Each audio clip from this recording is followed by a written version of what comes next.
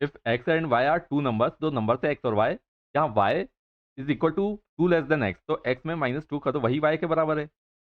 And after increasing y by 20%, तो Y को increase कर रहे हैं 20% से, 20% मतलब 1/5, तो 5 पे एक का इंक्रीमेंट मतलब 6/5 ऑफ वाई, तो 6/5 ऑफ वाई ये किसके बराबर होगा?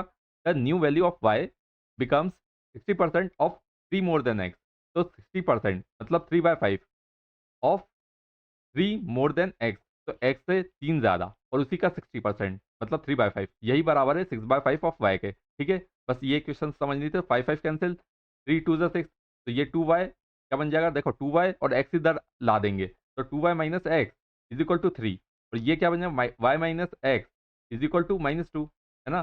तो हम क्या कर सकते हैं, यहाँ पर देखो x खत्म कर दो, तो माइनस ये प्लस ये माइनस, तो माइनस वाई क्या आ गया? -5, तो y की वैल्यू 5, y 5, तो x कितना मिल जाएगा?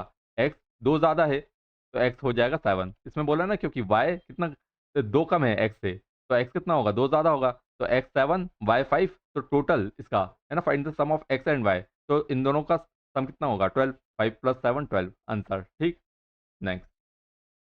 एक पर्सन है ए, वो कोई अमाउंट इन्वेस्ट करता है 7 मंथ्स के लिए, जबकि पर्सन बी इन्वेस्ट करता है 50% मोर देन ए जितना इन्वेस्ट करता है उससे 50% ज़्यादा, 50% मतलब 1/2, और 2 पे 1 ज़्यादा मतलब 3। अगर पर्सन ए 2 इन्वेस्ट करता है तो दूसरा 3 इन्वेस्ट करता है, और ए 7 मंथ के लिए जबकि बी 12 मंथ के लिए। ठीक है, तो आगे क्या बोला है? If the total profit at the end of the investment period is ₹2500, तो टोटल प्रॉफिट हो रहा है 2 7 14 और 12 3 36, है ना? तो टोटल इसका क्या आ रहा है? 50, तो 50 का मतलब 2500, तो 1 का मतलब 50, है ना?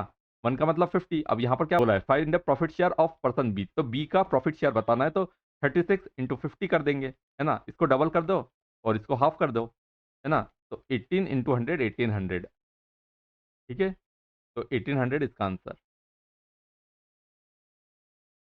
नेक्स्ट, एक्स कैन कंप्लीट 30%, 30% को 0.3 लिख सकते हैं, है ना? तो 0.3 वर्क करता है 27, तो 1 यूनिट कितने में करेगा? 3 9 से 27, पॉइंट के कारण यहाँ पर जीरो आ जाएगा, है ना? तो 90 डेज में, तो 1 यूनिट मतलब 1 वर्क, है ना? 1 वर्क करता है 90 डेज में। अब वाई कैन कंप्लीट 50%, मतलब आधा वर्क 30 डेज में, तो पूरा वर्क ऑब्वियसली 60 डेज में। ठीक है, तो 90 और 60 इसका एलसीएम 180, तो 90 टू टाइम्स और 60 3 टाइम्स, तो ए की एफिशिएंसी मतलब यहाँ पर एक्स दिया है ना, तो एक्स की एफिशिएंसी 2 और वाई की efficiency 3। Determine the number of days required for x and y working together. अच्छा, दोनों साथ काम कर रहे हैं, तो उनको टोटल वर्क का 80% कंप्लीट करने में कितना लगेगा? 80% मतलब 4/5, 4/5 किसका?